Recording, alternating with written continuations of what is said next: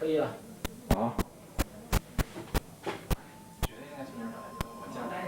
是啊，明白。下坡前高空起空了，我中了节目最空了。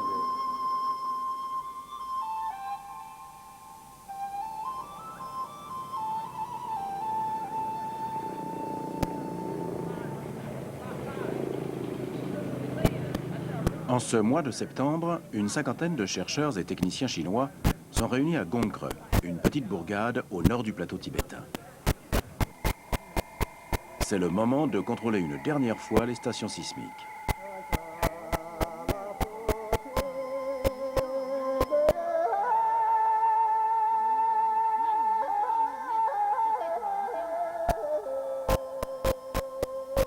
Dans 3 jours, partira d'ici l'une des plus vastes opérations d'études sismologiques organisées en Chine, une expérience franco-chinoise qui consiste à étudier la croûte terrestre sur un trajet long de près de 1000 km.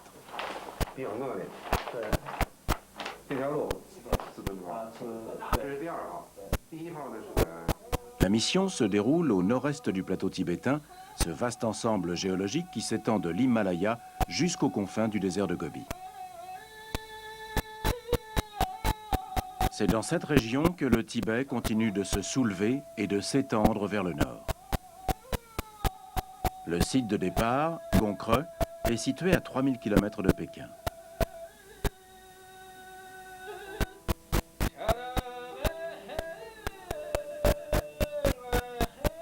Les scientifiques français, avec leurs collègues espagnols, ont apporté leur propre station sismique. Ils se retrouvent autour de Béatrice de Vogt, l'une des responsables du projet. Eh bien, dans cette région, nous sommes sur la bordure nord du plateau tibétain. Alors, tout le monde entend parler du Tibet, qui est une province, je dirais, politique. Mais en fait, d'un point de vue géographique et géologique, le plateau tibétain comprend également la province du Xinhai, où nous sommes actuellement. Donc, l'un des thèmes scientifiques de cette manip est d'étudier la terminaison nord du plateau tibétain, qui est un objet géologique tout à fait exceptionnel. Le deuxième objectif que nous voulons étudier, nous allons traverser donc au cours de cette expérience en partant vers le sud 2 grandes chaînes de montagnes en quelque sorte, de sutures, dont nous voulons connaître la structure en profondeur. L'existence même du plateau tibétain trouve son origine dans la formidable poussée qu'exerce l'Inde sur cette partie de la Chine. Mais ce plateau, le plus vaste et le plus haut du monde, demeure bien mystérieux.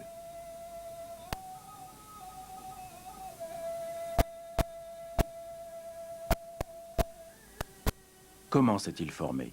De quoi est-il fait en profondeur? La croûte terrestre y est-elle plus épaisse qu'ailleurs? Telles sont les énigmes que les sismologues tentent de résoudre au cours de ces missions.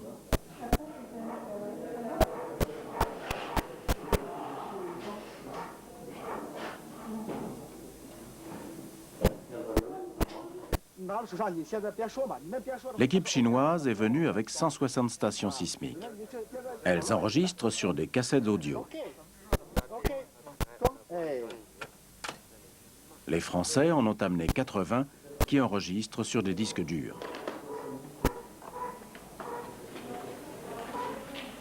Cassettes ou disques durs, ces 240 enregistreurs sont au cœur de la mission car il va s'agir de mémoriser sur chaque station sismique l'écho des ondes produites par les tirs de plusieurs tonnes d'explosifs en forage.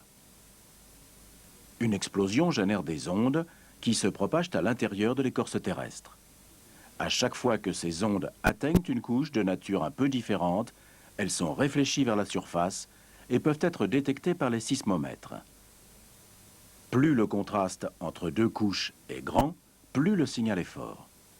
On espère ici obtenir le signal principal venant du mot, la limite de la croûte avec le manteau, ainsi qu'une image des discontinuités internes à la croûte elle-même.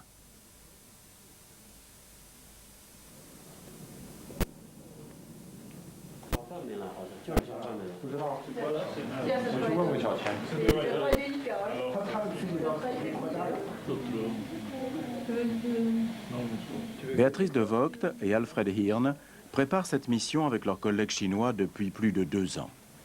Une préparation méticuleuse qui n'empêche pas au dernier moment d'acquérir quelques outils rudimentaires et néanmoins indispensables à l'expérience.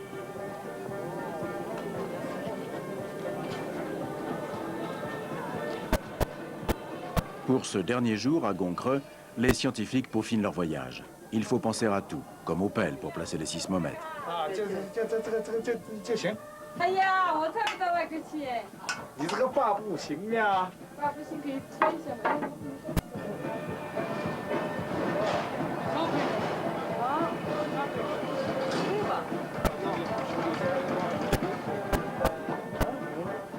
De simples entonnoirs trouveront une application précieuse pour les batteries d'alimentation de certaines stations. L'acide devrait y être versé sur place, au dernier moment, sinon il se renverserait dans les secousses du trajet.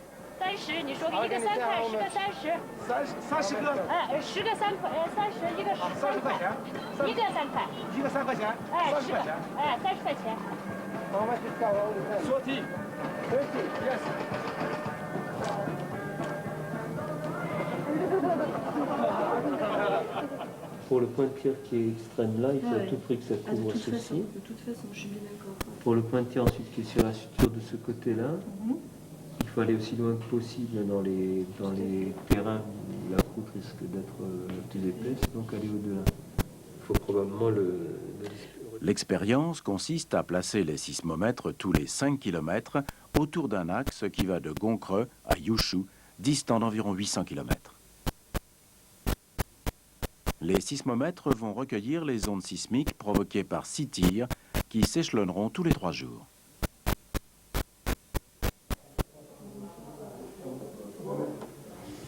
Donc, vous avez d'une part une horloge, c'est pour nom LOXSAT, qui est une horloge calée par des signaux provenant des satellites du système GPS. Pour chaque tir, l'ensemble des sismomètres doit être synchronisé.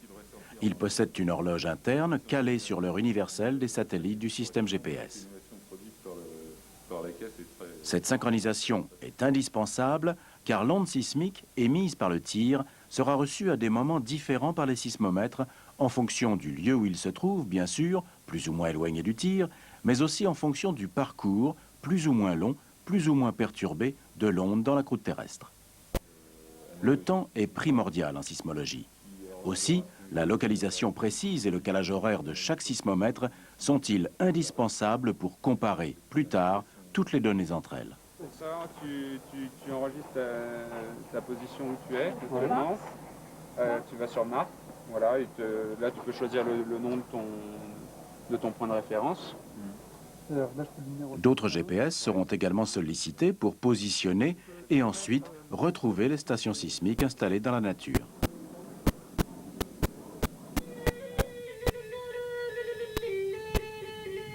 Tandis que Françaises et Chinois finissent leurs préparatifs, le même jour, à quelques kilomètres de là, une autre expérience de sismologie se poursuit. Le principe en est différent. Il s'agit d'enregistrer dans la même région et pendant plusieurs mois les ondes sismiques naturelles engendrées par les gros séismes, les tremblements de terre, survenus quelque part à la surface du globe. La méthode s'appelle lithoscope. C'est la première fois que ces deux méthodes sont employées simultanément. On en attend une image plus fine de la lithosphère sous le Tibet, c'est-à-dire de l'ensemble croûte-manteau supérieur qui constitue les plaques tectoniques. Les stations lithoscopes sont au nombre de 60. Elles sont espacées en moyenne de 15 km sur le même axe Goncreux-Youchou. Une station lithoscope comporte une balise, qui est une unité d'acquisition des signaux sismiques. Elle comporte aussi un capteur, qui est un sismomètre, qui va enregistrer les vibrations du sol. C'est un capteur qui est enterré à peu près à 50 cm ou 1 mètre. Et puis, l'ensemble de ce système fonctionne avec une batterie, qui est notre source d'énergie, qui est elle-même alimentée par un panneau solaire pour pouvoir fonctionner de manière autonome pendant plusieurs semaines. Pour ce type de station, il n'y a pas de récepteur GPS qui lui est connecté de manière permanente. Donc, lors de chaque visite, qui se situe à peu près tous les 15 jours, nous vérifions la dérive de l'horloge interne de la balise et nous mesurons l'écart de temps entre l'heure de la balise et l'heure du GPS. L'enregistrement sur ces stations-là est fait de manière sur déclenchement, donc on n'enregistre que les événements significatifs. Et puis à chaque visite, on va télécharger les données qui sont stockées dans l'appareil vers un PC portable et ensuite ces données vont être récupérées au laboratoire.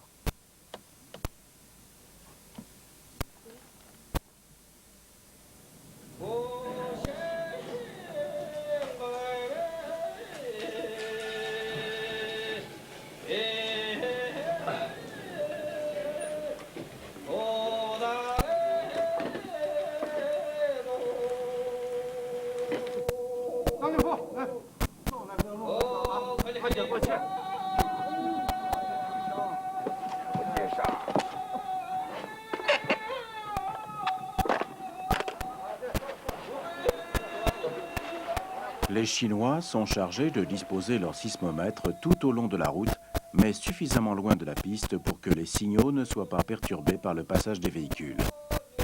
Ils permettront d'acquérir la coupe principale. Les Français, quant à eux, s'occuperont du dispositif en éventail de part et d'autre de la coupe.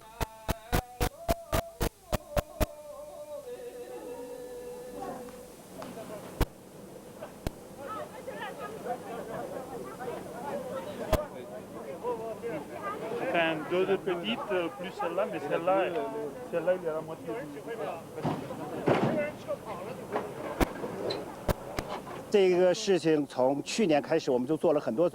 Nous avons énormément travaillé depuis l'année dernière. Les Français, Alfred Hirn et Béatrice de Vogt, ont fait beaucoup de recherches avec nous. Et les préparatifs de cette mission ont été très longs. La foreuse a commencé à travailler en août de cette année. Et à l'heure actuelle, ce travail est encore en cours. Encore aujourd'hui, nous allons avoir beaucoup de difficultés à surmonter, et notamment celles relatives aux relations avec les populations locales et les villageois. Il y a des endroits que nous n'avons pas le droit de traverser, d'autres où nous ne pouvons aller.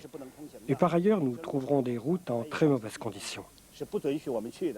L'état des voitures elles-mêmes n'est pas toujours satisfaisant, et cela s'ajoute aux difficultés. Mais je crois que la situation va s'améliorer. Aujourd'hui, il fait beau.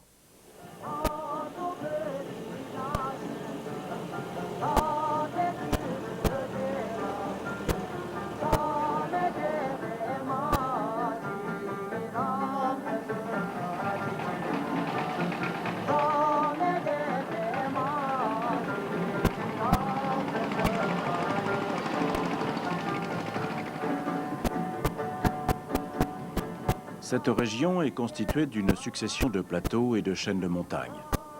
L'altitude inhabituelle du plateau tibétain fait que très vite la route s'élèvera de 3000 à 4500 mètres. Les plateaux sont traversés par ces chaînes de montagnes qui culminent à près de 6300 mètres et dont on ne connaît ni la structure en profondeur ni le mode de déformation.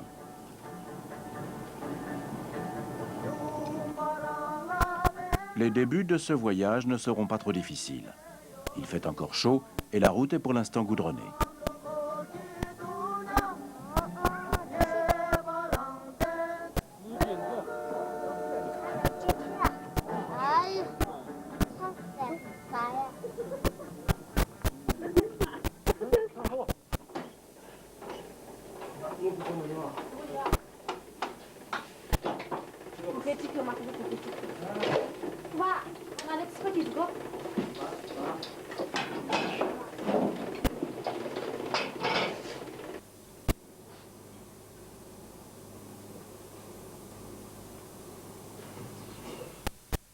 Après Wenchuan, en dehors des villages, les difficultés commencent. La route n'est guère plus qu'une piste.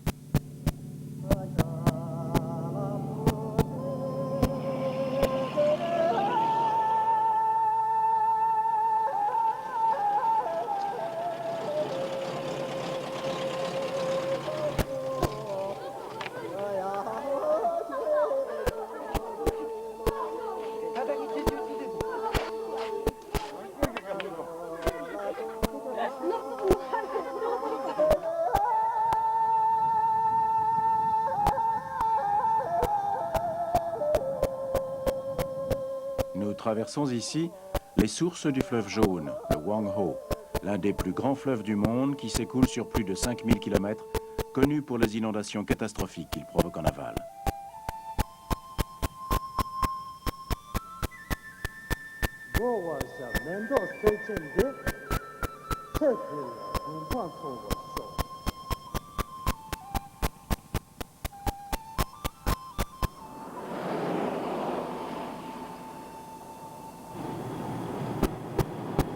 Cette mission n'est pas la première que ces chercheurs français et chinois organisent sur le plateau tibétain.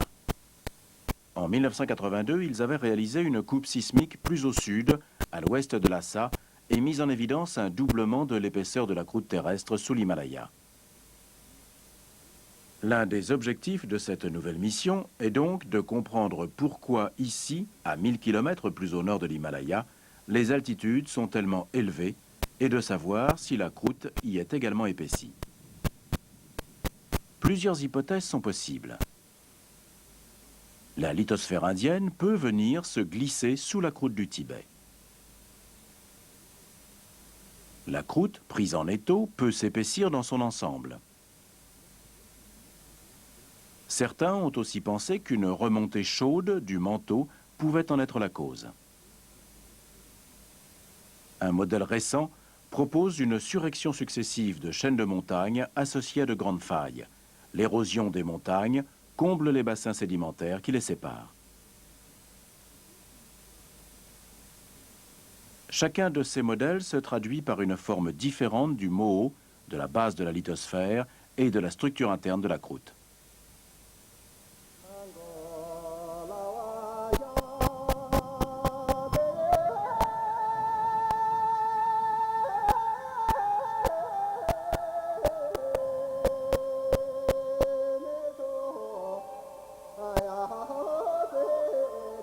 À Yushu, après 2 jours de voyage, il faut réparer les nombreux véhicules qui n'ont pas tenu le choc de ces 2 jours de piste.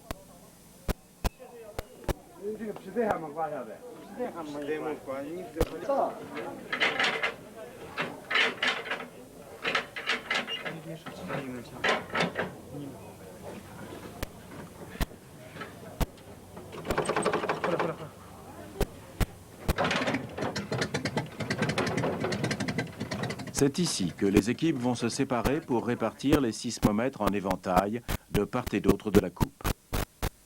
Béatrice de Vogt part vers Zadoy, au sud-est, tandis qu'avec Alfred Hirn, nous nous dirigeons vers le site du premier tir.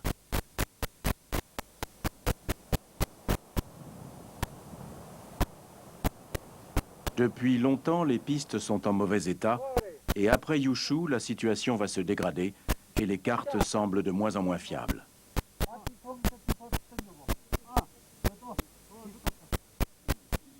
Ce soir, nous devrions quand même être à Zidoy.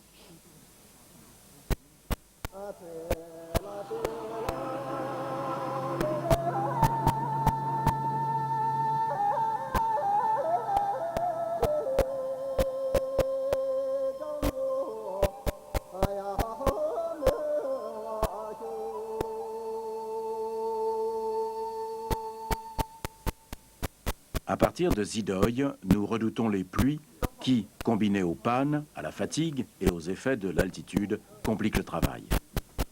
Nous sommes à plus de 5000 mètres et la réussite de la mission dépend de nombreux facteurs plus ou moins maîtrisables.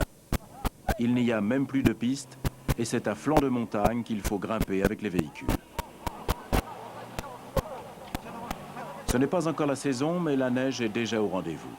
Il faut faire vite, le tir a lieu dans 2 jours.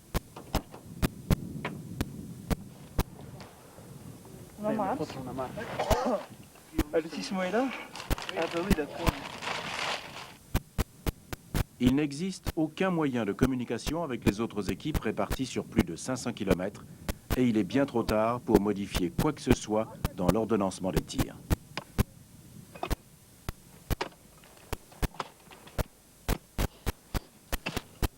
Les sismomètres doivent être installés loin des chemins pour éviter les vibrations dues aux véhicules, mais aussi le plus près possible de la roche.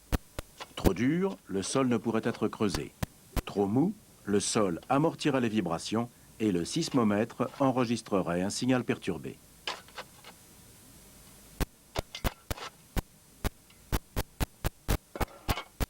Jusqu'à la fin, les tirs seront le souci majeur des chercheurs. Qu'ils aient lieu en temps et en heure, qu'ils soient réussis et qu'en plus, les enregistreurs fonctionnent. Actuellement, donc, les stations chinoises sont déployées sur la route principale qui traverse de manière nord-sud l'ensemble de la structure géologique, enfin des failles et des anciennes sutures qui sont est-ouest. Ceci pour enregistrer donc à distance constante cette onde réfléchie au mot et suivre la topographie, faire la relation donc entre la topographie du marqueur profond qui est à la base de la croûte et ce que les géologues peuvent trouver à la surface de la Terre. D'autre part, il y a ces stations qu'on installe actuellement vont former un profil qui va aller de ce point de tir déporté jusqu'à cette ligne où sont nos amis chinois. Le fait d'avoir ce tir ici nous permet de propager des ondes le long de la faille, mais aussi surtout de part et d'autre de cette faille dans les deux blocs crustaux en présence, de façon à les étudier sans que ces ondes aient à traverser des hétérogénéités trop grandes des systèmes de failles.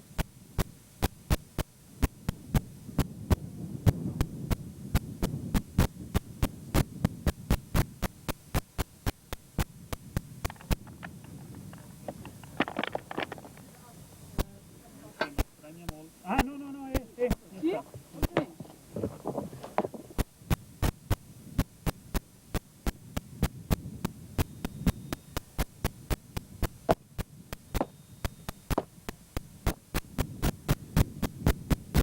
Après un dernier test, les sismomètres sont laissés sur place.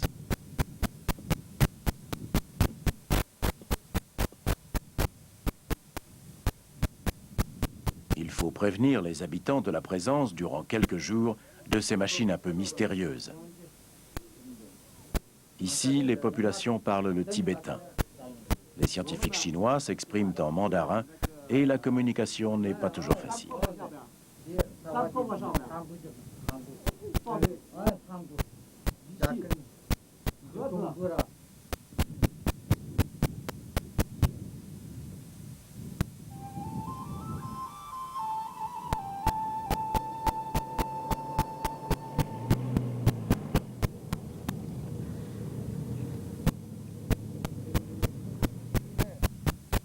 La foreuse a achevé son travail la veille quand nous arrivons sur le site du tir numéro 1.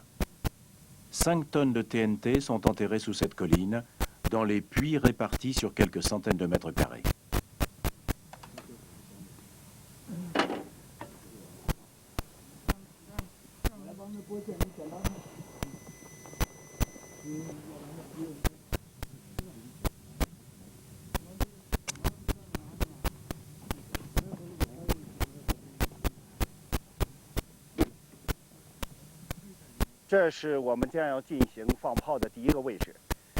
Nous sommes sur le site du premier tir. Ici, nous avons placé 5 tonnes d'explosifs. Nous avons creusé 33 trous et dans chacun d'eux, nous y avons placé 150 kg d'explosifs.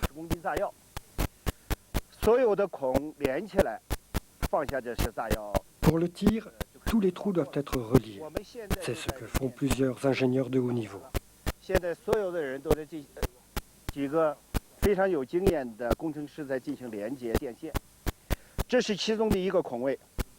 Voici la position d'un des trous. L'explosif y est enterré. La profondeur du trou est de 40 mètres. Et voici le fil pour relier l'explosif au détonateur. Ce fil relie tous les trous et la distance entre chaque trou est de 20 mètres. Quand toutes les liaisons seront terminées, nous relierons l'ensemble au détonateur, situé plus loin, à l'extérieur de la zone de tir. Ce travail a nécessité de nombreux mois de préparation. Aujourd'hui, on va enfin tirer et j'espère que tout se passera bien.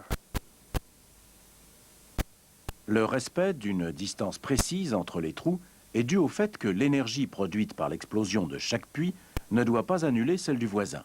De même, placer l'explosif en profondeur permet de diriger l'énergie vers l'intérieur du sol et non de faire sauter la colline.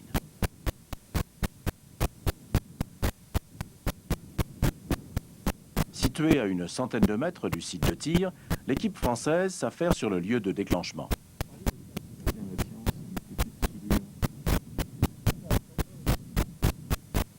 À Alfred Hirn va placer un ultime sismomètre, le plus près possible du tir. C'est un simple géophone qui saura résister à une trop forte explosion.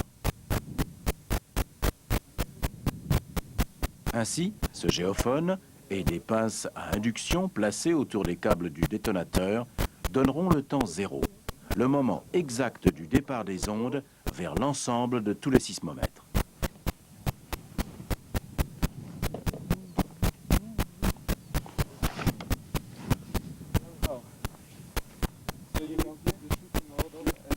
Ce premier tir sera suivi de 5 autres qui s'échelonneront tous les 3 jours.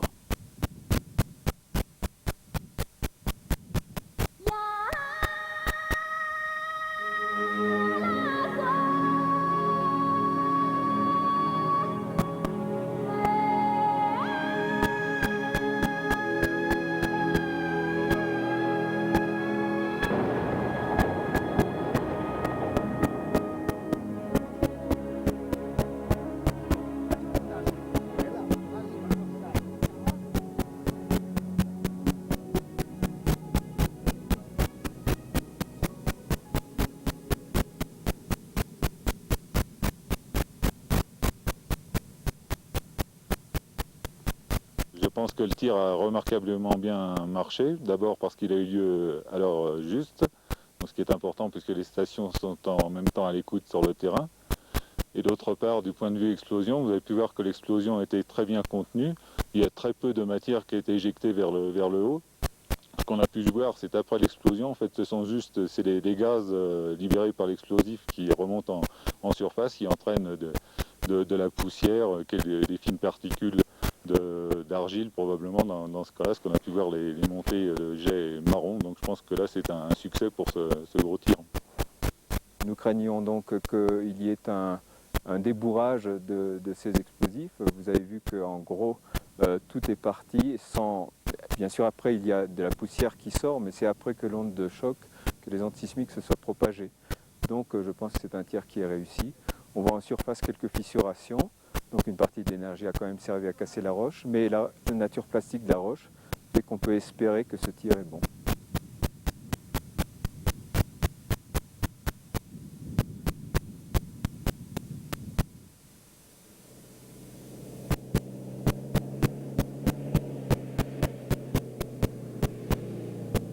À chaque jour suffit sa peine.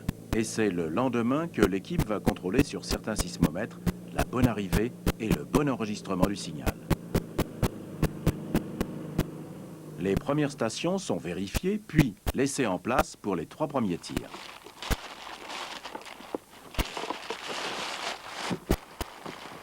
On redoute toujours une défaillance de l'électronique due au fait que les instruments sont extrêmement malmenés durant les trajets sur les pistes. Les stations devront d'ailleurs être récupérées et déplacées vers le nord pour les 3 derniers tirs.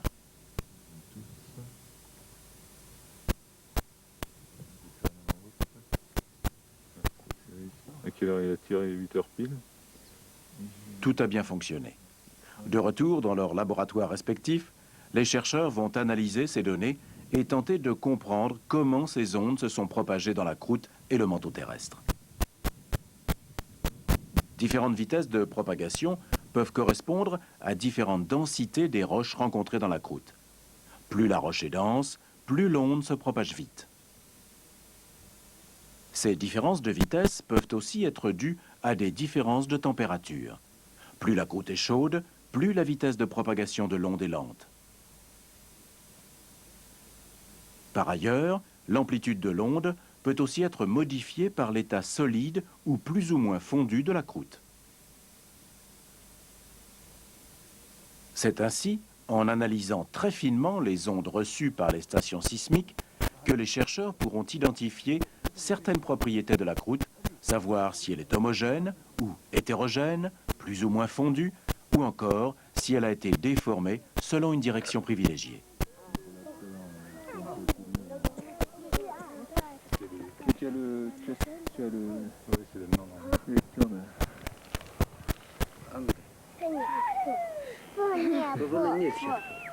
Ah ouais, ça marche.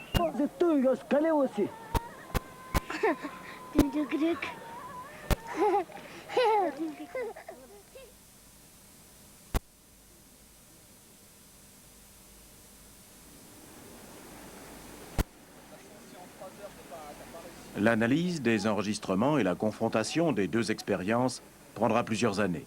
Pourtant, aujourd'hui, après un an de travail, les premiers résultats commencent à tomber. Nous sommes en septembre 1999. Jiang Mei et son équipe rendent visite à leurs collègues parisiens. Pour chaque tir, les enregistrements de l'ensemble des sismomètres ont été réunis. Toutes les ondes ont été mises en corrélation et déjà se dessine la position du Moho et la structure complexe de la croûte.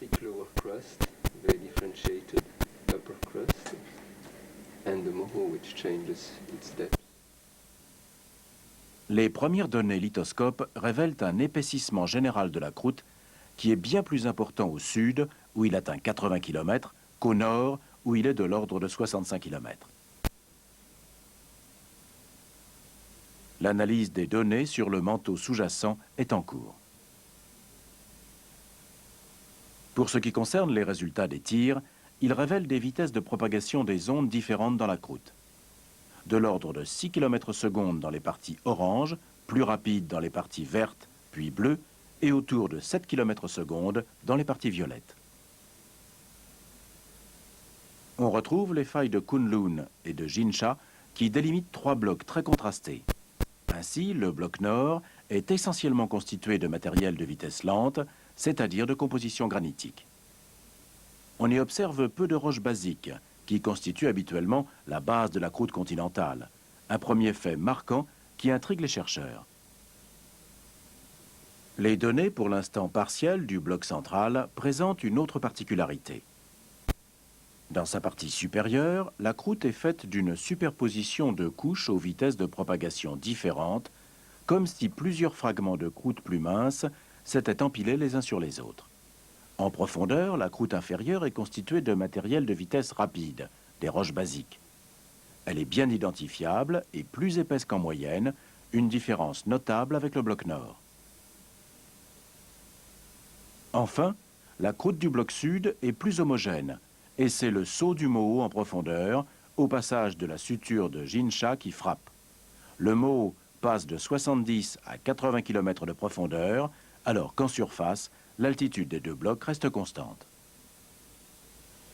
To compute with this for a seismogram, but and to keep the same first layer here. But we see for example, in the Bayanar, when you modelize, there is not the first layer is not the same. Ces éléments, encore préliminaires, sont prometteurs. Ils révèlent que sous une apparente monotonie des paysages, l'immense plateau du Tibet présente une diversité plus grande encore qu'on ne l'imaginait. Les modèles devront être rediscutés.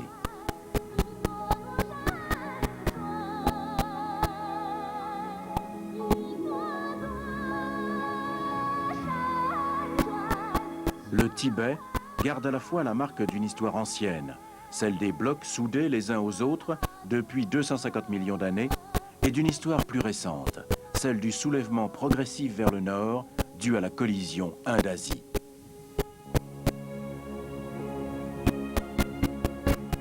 Ceci en fait bien le laboratoire naturel qu'on espérait et qui mérite d'être encore exploré. Gageons qu'il fascinera encore longtemps les chercheurs qui n'auront de cesse de vouloir y retourner pour en percer les mystères.